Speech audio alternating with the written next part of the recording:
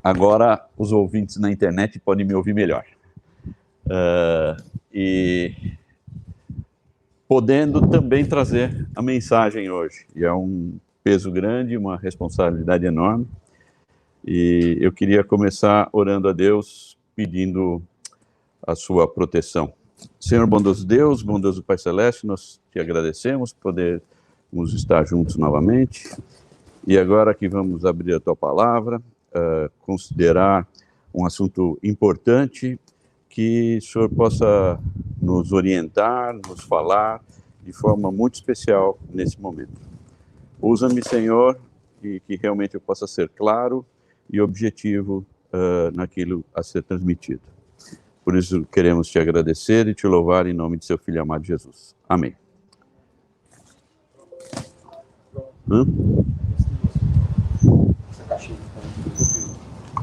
Ah, tá ok. Ah, ok. Ok. O assunto nosso, dando continuidade à série na pandemia, caiu... Opa. Eu acho que não vai ser por aí. O cuidado social.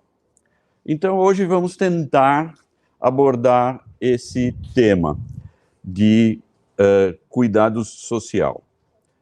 E quando eu comecei a pensar nesse assunto, eu lembrei de uma experiência bastante significante que eu tive na minha vida há 12 anos atrás, e vou trazer um resuminho rápido do que aconteceu.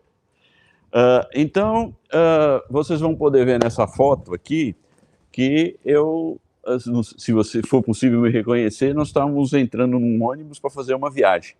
E foi uma viagem razoavelmente longa, e nesse aqui, nessa outra foto, eu pude estar com a minha filha, que não é sempre que eu estou com ela, e também uma amiga que mora ali perto da onde a gente foi. Foi uma viagem de quase superou 24 horas, e quando nós chegamos ao local, nós estávamos equipados com um grupo no ônibus e 2 unidades móveis de saúde. Cada unidade móvel dessa tem um consultório dentário e um consultório médico. O Roberto, a Valma iam gostar de viver. E dá para ir a vários locais remotos aí. Mas a situação não era nada interessante, era crítica. Isso aconteceu em Santa Catarina, na cidade de Ilhota, e houve um grande desmoronamento, muita chuva, parte de um morro lá, o Morro do Baú, desmoronou e muita gente morreu, muita gente perdeu tudo ou quase tudo que tinha. E houve uma movimentação, uma sensibilização do país inteiro mandando coisas para lá. Foi algo que me chamou muita atenção.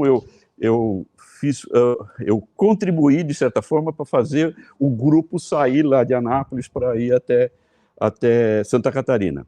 Mas houve uma sensação de desalento quando a gente estava lá, porque nós vimos uma dificuldade de lidar com aquilo que chegava.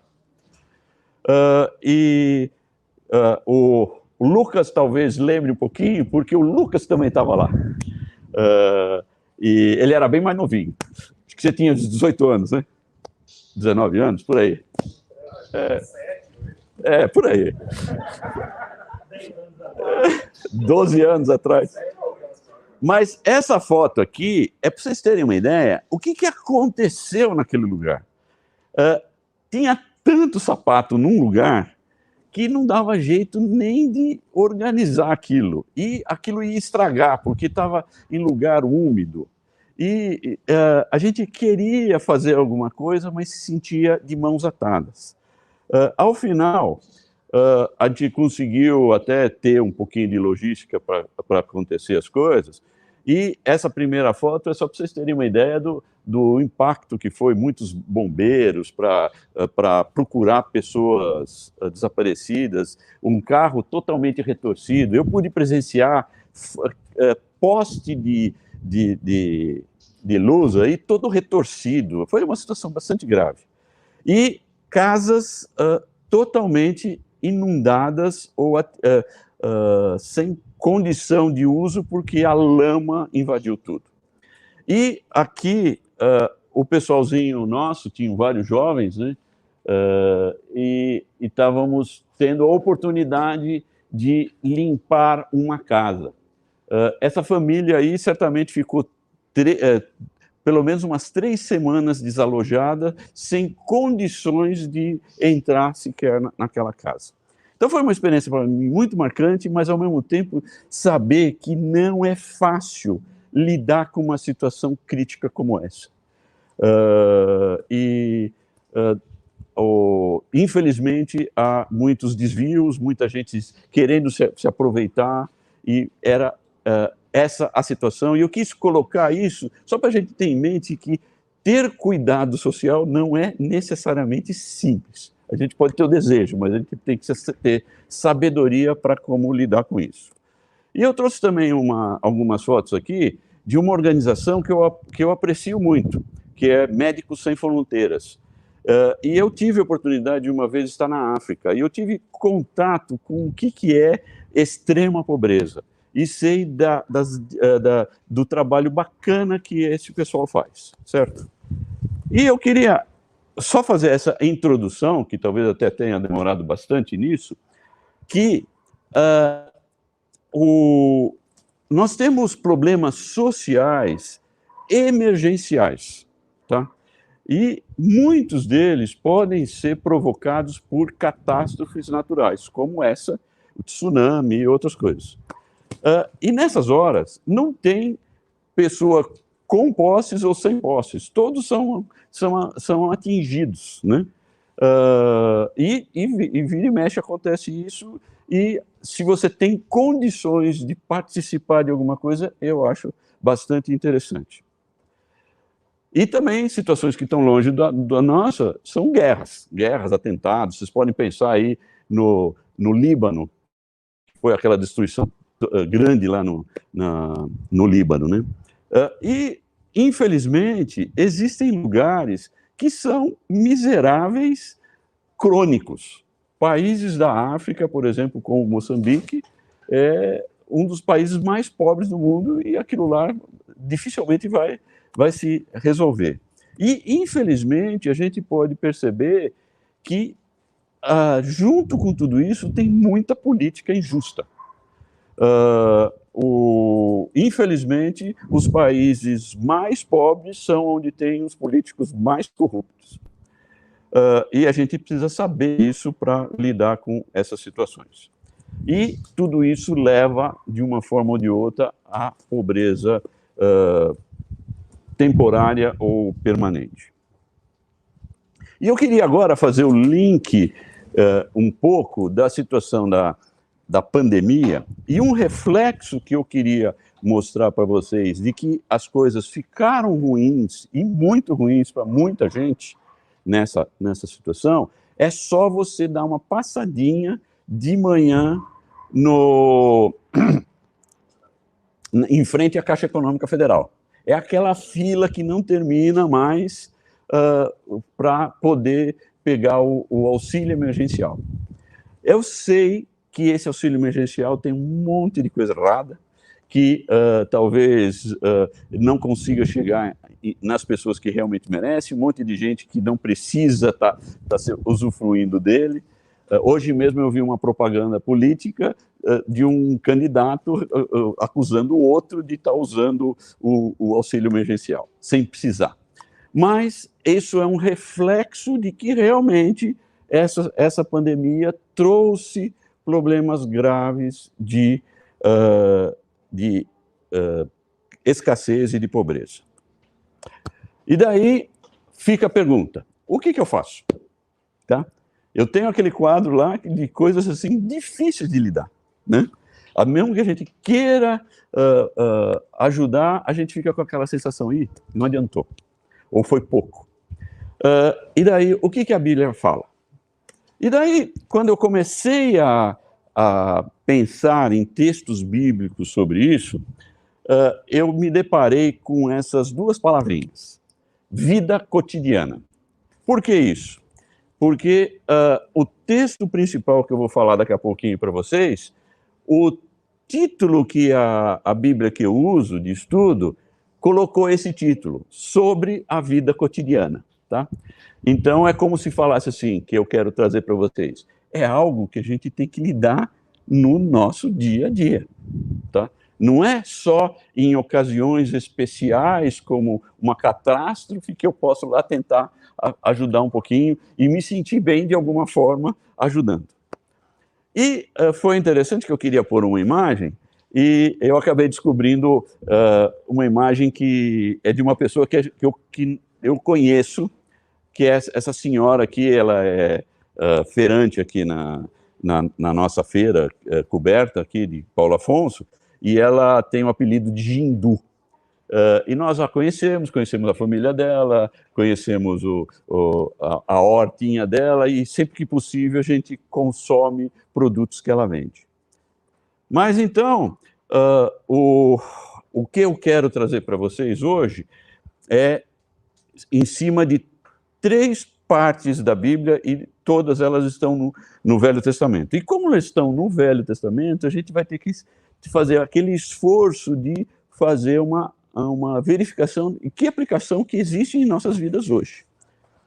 E os 3 textos estão em Levítico 19, Deuteronômio 24 e o livro de Ruth.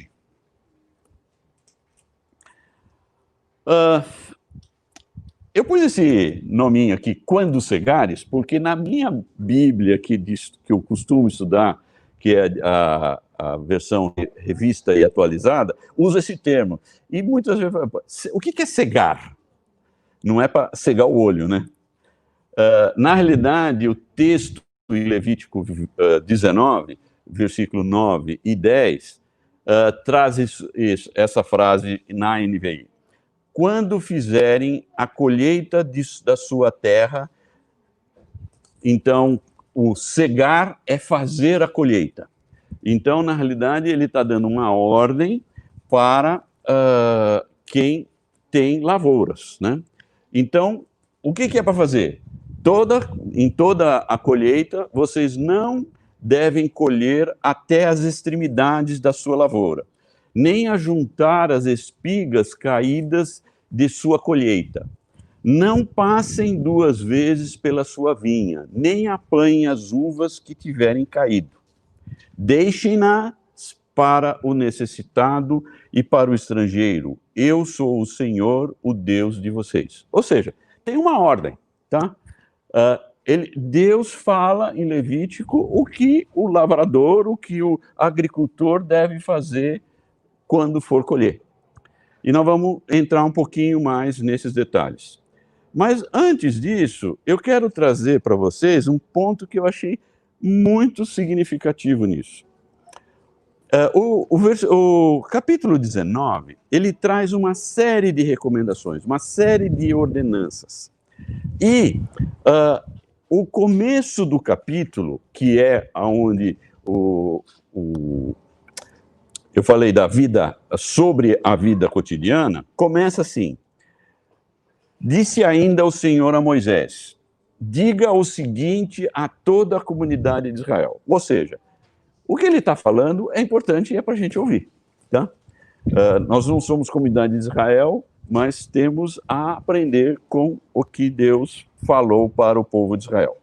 E ele diz, sejam santos porque eu, o Senhor, o Deus de vocês, sou santo. Então, aquele versículo, aqueles 2 versículos que a gente acabou de ler, está dentro do contexto do que são ordenanças e os mandamentos e recomendações para que a gente tenha um processo de santificação. Então, faz parte de ser santo cuidar do necessitado e do estrangeiro.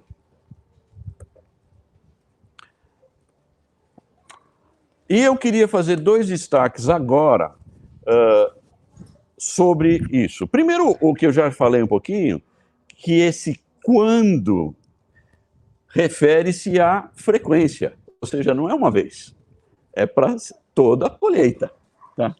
E vamos tentar ver o que é colheita para a gente.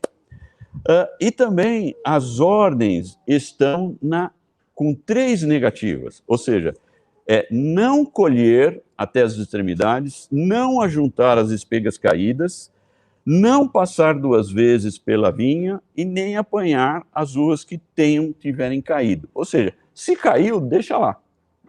E também a questão da extremidade. E mais uma questãozinha que eu acho relevante nesse texto é o deixar para o necessitado e para o estrangeiro. É para deixar. Quando a gente vai para o texto paralelo em Deuteronômio 24, é praticamente uma repetição do texto de Levítico, só que colocando um pouquinho mais de detalhes. Ele coloca, primeiro, 3 tipos de lavoura, que seria o trigo, as uvas e as azeitonas. Ou seja, as 3 coisas é para fazer do mesmo jeito. Caiu, deixa lá. E não passa 2 vezes, tá ok? E fica novamente, até com uma repetição, é para deixar. É para deixar para quem? Ele estende um pouquinho isso. Estrangeiro, órfão e viúva. Então ele faz 3 repetições e a gente sabe que sempre que você tem repetições é para você tomar cuidado com aquilo, é para ser considerado importante. E só frisando aqui que são os estrangeiros, os órfãos e as viúvas. E é interessante que Levítico coloca o contexto inteiro no sentido de que a gente precisa fazer essas coisas para ser santo. E Deuteronômio joga para um outro lado, que também é interessante. Então, nós acabamos de ler os versículos 19, 20 e 21.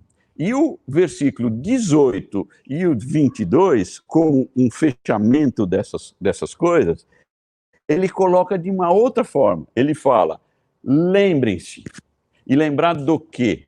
Que vocês eram escravos, tá?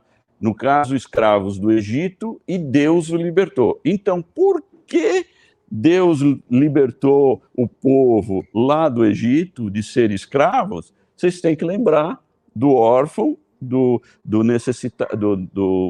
estrangeiro e da viúva. E aqui a gente pode aplicar para a gente, pensando que nós éramos escravos do pecado, e Jesus nos libertou. Diante disso, eu concordo que existe uma pequena dificuldade, porque o nosso mundo é diferente. E também eu não sou agricultor, tá? Embora seja muito legal, tal, mas como vamos explorar isso, tá? E eu estou convidando vocês para pensar um pouco nessas questões. E a primeira coisa que nós precisamos fazer é procurar princípios que podem ser aplicados no nosso modo de vida, na nossa forma de viver hoje. Eu coletei alguns princípios que a gente precisa considerar. E a primeira que eu coloquei aqui, que é de se lembrar que a gente era escravo. E quando eu falo isso, eu percebo que a gente precisa pensar e estar lembrando porque aconteceu. É uma coisa lá do passado. E somos novas criaturas hoje. E outra coisa que também é bastante interessante, e é um princípio que a gente tem que considerar, é que faz parte do processo de santificação isso.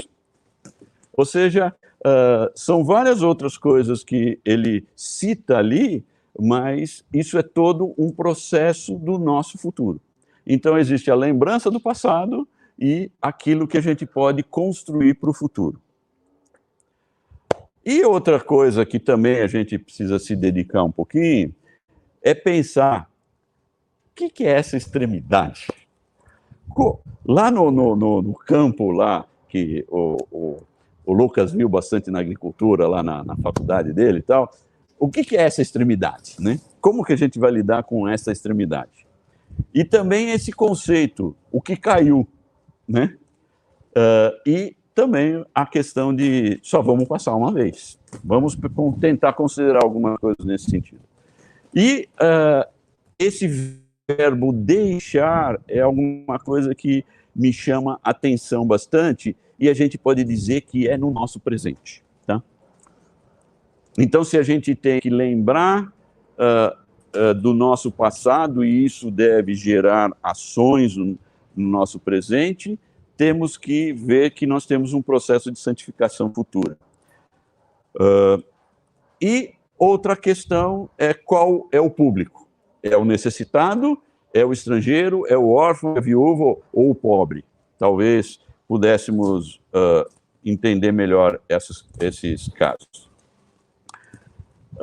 Com relação a lembrar, eu quero ver um pouquinho mais, um primeiro ponto importante é lembrar do quê? Lembrar que nós éramos escravos.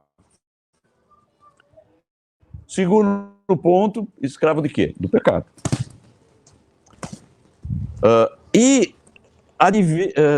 O que nós tínhamos com a nossa realidade de estar em pecado sem conhecer a Jesus? O nosso futuro era lastimável e a nossa perdição era a promessa de uma perdição eterna para quem não aceita Jesus. E também é um bom motivo para lembrar do necessitado. Agora, com relação à santificação, eu reparo algumas coisinhas aqui nesse texto. Primeiro, que nós temos uma referência. O nosso processo de santificação precisa de referência. E a referência é nada menos do que a pessoa de Deus, a pessoa de Cristo. Em Colossenses, Paulo fala que Jesus é a imagem dos Deus invisível. Então, o nosso processo de santificação passa por termos a referência de Deus, a referência de Jesus. E sem deixar de pensar e lembrar que tudo isso é um processo para o nosso futuro. Agora, eu queria também colocar alguns dos pontos que Levítico 19 coloca, antes mesmo do nosso versículo 9 e 10. E o primeiro ponto é uma repetição dos 10 mandamentos que fala honra pai e mãe, ou seja, devemos ter respeito aos pais. O segundo ponto é com relação à idolatria, ou seja, a ordem é não construam ídolos, tá? E essa é uma observação importante para a gente. E outro ponto interessante que está lá em Levítico, eu não tinha observado tanto antes, é que existia um tipo de sacrifício que o povo podia fazer e que ele podia comer a carne. Só que essa carne, eles faziam o sacrifício e podia ainda comer no dia seguinte. Mas no terceiro dia, se sobrou, tem que queimar. Tá? Então é interessante essa ordem também, e lembrando que faz parte do arcabouço de ser santo. Daí tem esse que a gente já viu, sobre cuidado social, e uma série de práticas pecaminosas que estão nos 10 mandamentos, como não furtar, não mentir, não proferir falso testemunho, e também não invocar o nome de Deus em vão. E outro ponto também que eu achei muito interessante aqui, queria destacar, ele fala também sobre a nossa relação com quem presta serviço para a gente. E o interessante é que ele diz o seguinte, principalmente no caso lá de diarista, ou seja, você contratou alguém, paga no dia, não retenha o pagamento da pessoa. Então, uma das observações é essa, é que se a gente contrata o serviço de alguém, principalmente alguém de menor recurso que a gente, nós temos que fazer o pagamento o mais rápido possível, ok? Isso está lá em Levítico. Eu fiz um quadrinho aqui, só como possível pensamento nosso, né, de o que poderia ser a extremidade do seu campo. Então, aqui eu guardei as proporções de 1 hectare. 1 hectare seria uma propriedade rural pequena até. Para vocês terem ideia, as agrovilas aí que a Chestes implantou são 3 hectares ou 4,5, dependendo do tamanho da família. E, então, 100 por 100, eu coloquei aqui uma extremidade de 5 metros. E eu nem sei se isso é pouco ou muito, mas só para a gente pensar o que poderia ser a questão de extremidade na lavoura. Mas, de todo jeito, você planta ali, mas aquilo tem outro destino, não é seu. Tá? E eu coloquei aqui também os 3 tipos de lavoura que ele mencionou, que seria de grãos, o trigo, a cevada, a uva, a azeitona, e podem ser colocados outros. Isso aqui está como exemplo, qualquer tipo de lavoura.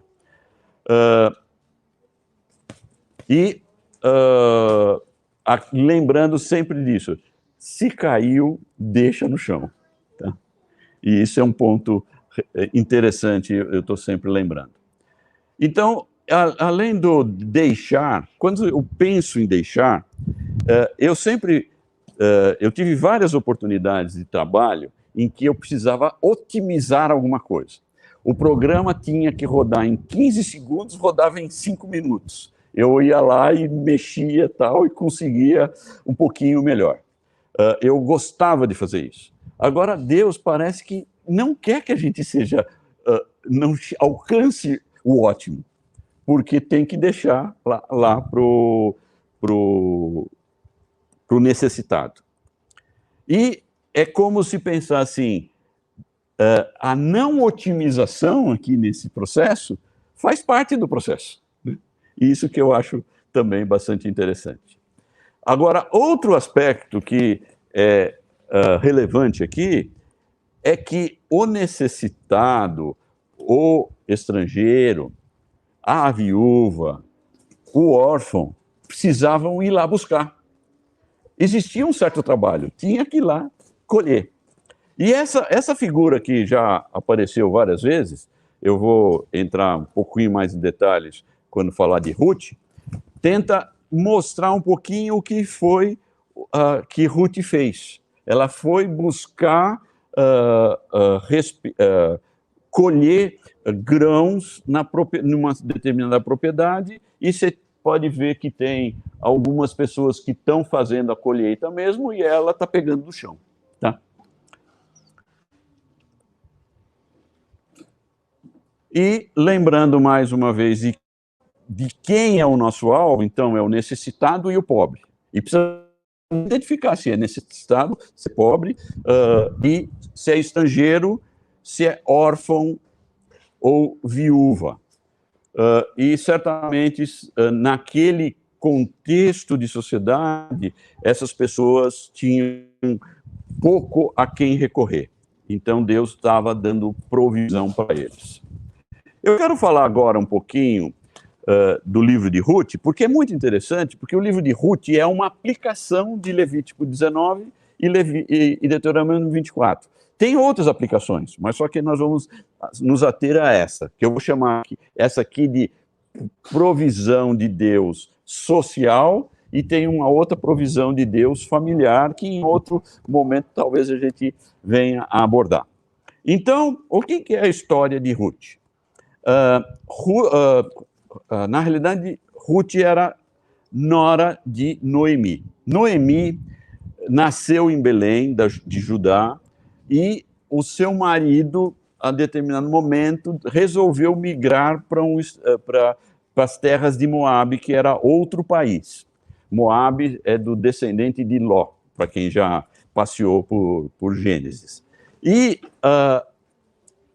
essa mulher a Noemi foi com o seu marido para Moabe e seus 2 filhos.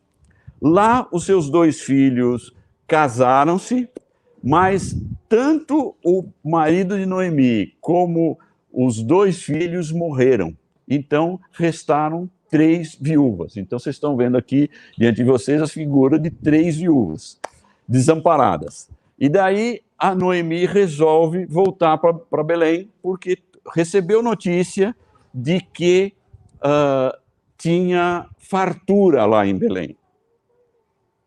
Mas, numa certa parte do caminho, ela percebe que era muita coisa levar as duas.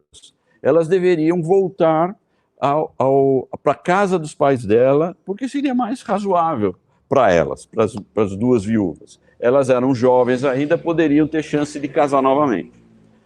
Só que uma delas aceitou a argumentação de Noemi e Ruth não.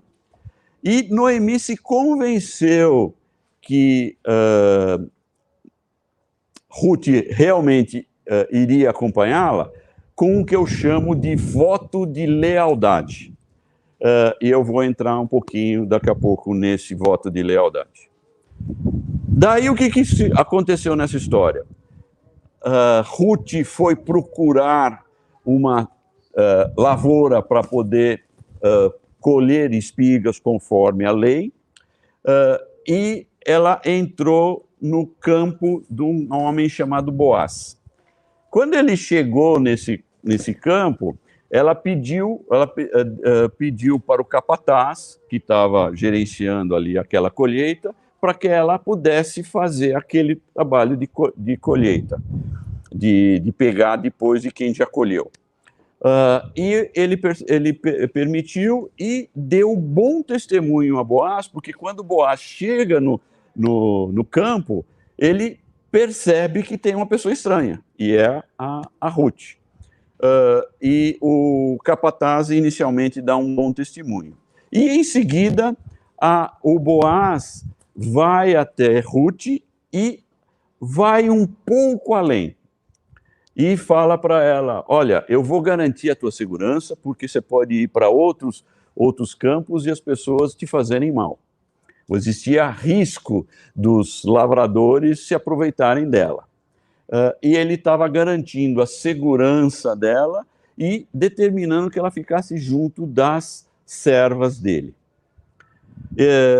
E daí eu vou estar lendo algum dos textos de Ruth para exemplificar isso tudo. Então, primeiro, o voto de lealdade. Vocês podem ter ouvido esse voto de lealdade em alguma cerimônia de casamento. Se o Pedro aí não arrumar um voto melhor, pode usar esse aqui. Então, o que diz? Não insista comigo que te deixe e não mais a acompanhe. Aonde fores, irei, onde ficares, ficarei. O teu povo será o meu povo e o teu Deus será o meu Deus. Onde morreres, morrerei, e ali serei sepultada. Que o Senhor me castigue com todo rigor, se outra coisa que não a morte me separar de ti. Olha que lealdade ela demonstrou para sua sogra. E daí, o texto que fala do bom testemunho do capataz perante Boaz foi esse aqui. Ela me pediu que a deixasse recolher e juntar espigas entre os feixes, após os ceifeiros. Ela chegou cedo e está de pé até agora. Só sentou um pouco no abrigo. Ou seja, ela não só foi lá mas estava se dedicando a colher o máximo que ela podia, certo? Então ela tinha a oportunidade e aproveitou com tudo que podia, tá? Agora, o que eu diria de Boaz é que ele vai além, tá? E olha o que acontece. Boaz falou a Ruth: ouça bem, minha filha, não vá colher noutra lavoura, não se afaste daqui, fique com minhas servas, preste atenção onde os homens estão ceifando, e vá atrás das moças que vão colher. Darei ordem aos rapazes para que não toquem em você. Quando tiver sede, beba da água dos potes que os rapazes encheram. Então, Boaz foi além. Ele permitiu e deu as condições para Ruth sustentar a ela própria e a sua sogra com melhores condições. E a Ruth percebe isso e fala assim: por que achei favor a seus olhos, a ponto de o Senhor se importar comigo, uma estrangeira? Ela se sentia humilde, ou seja, simplesmente uma estrangeira, e reparou na grande generosidade de Boaz. E Boaz demonstra que vai mais além em outros aspectos no livro, mas nesse aqui também, porque falou assim, ele deu ordem aos seus servos, mas que, mesmo que ela recolha entre os feixes, não a repreendam. Ou seja, se ela passar do limite, mesmo assim, não olha não, deixa quieto. E pelo contrário, quando estiverem colhendo, tirem para ela algumas espigas dos feixes e deixem-nas cair para que ela as recolha e não a impeça. Ou seja, deu ordem para os caras, sejam menos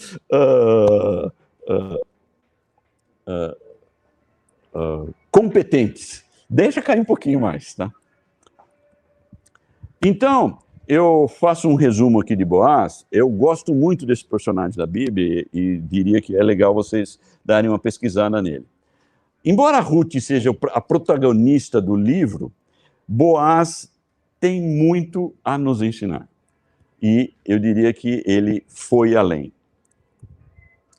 Então, eu reconheço aqui 3 características de Boaz, que a gente precisa aprender com ele.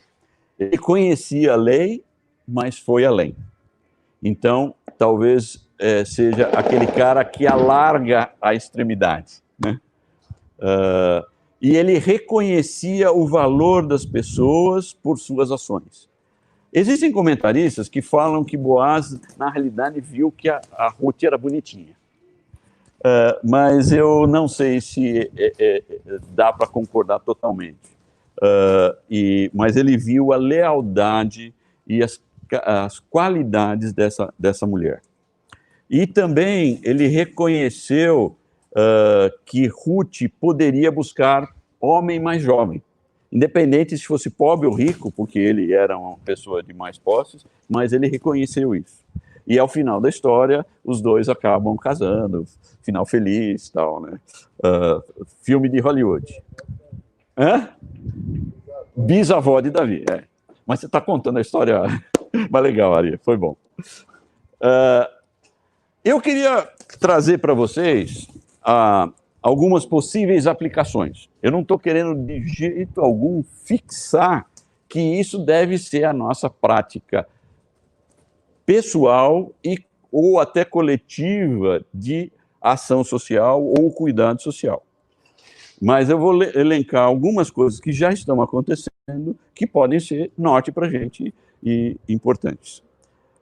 A primeira coisa que já tem acontecido aqui, depois vocês podem até conversar um pouquinho com o Cássio,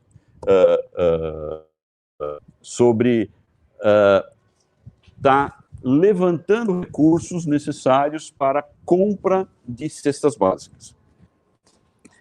E isso parece fácil, né? É fácil ir lá eu pego meu dinheiro, eu vou lá no Açaí ou em outro lugar e compro uma cesta, já tem prontinho e tal, joia, acabei o meu problema. Mas mais do que isso, é localizar quem precisa, né? E isso é um esforço que a gente precisa ter para também nos desperdiçar esse recurso. Então, a cesta básica não tem muita coisa de básica, a gente tem que ter um pouco de sabedoria de como lidar com isso. E eu estou vendo aqui que alguns também já participaram um pouco dessa distribuição, que a gente tem procurado localizar pessoas que realmente necessitam.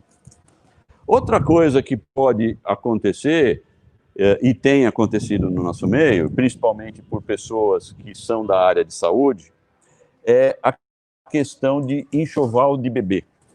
Infelizmente, e eu tenho presenciado isso, tem muitas mães necessitadas, mas além disso, tem muita adolescente engravidando.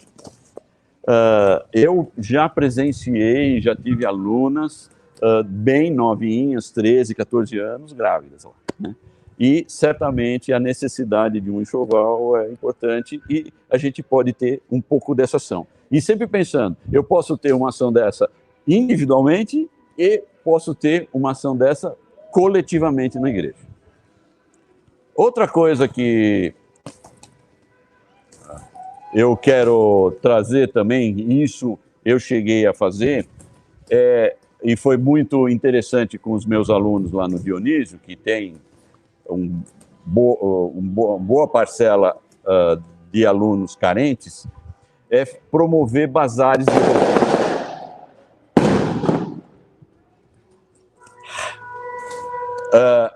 E eu já fiz isso, e gostaria até de fazer mais. E outra coisa que eu julgo bastante relevante, e não é assim tão palpável, é repartir seu conhecimento. Certamente você tem alguma coisa para repartir com quem não sabe. Isso é uma forma de cuidado social. E eu gostaria de deixar com vocês uma enorme interrogação. E aí, o que eu posso fazer? Tá? Eu quero ser santo. Eu quero me lembrar que eu sou escravo. Nosso desafio. Onde e o que é a nossa extremidade do campo? Ou canto? É nossa responsabilidade localizar quem é necessitado e estrangeiro e órfão ou viúva ao nosso redor. E outra coisa que eu aprendi, que eu acho relevante, você contratou serviço de alguém? Não demora para pagar. Essa pessoa pode precisar muito mais do que você, esse pouco recurso que você vai dispor para ela. E daí eu quero deixar com vocês algumas perguntas. Eu tenho procurado conhecer a necessidade do necessitado. O que eu tenho doado para o necessitado?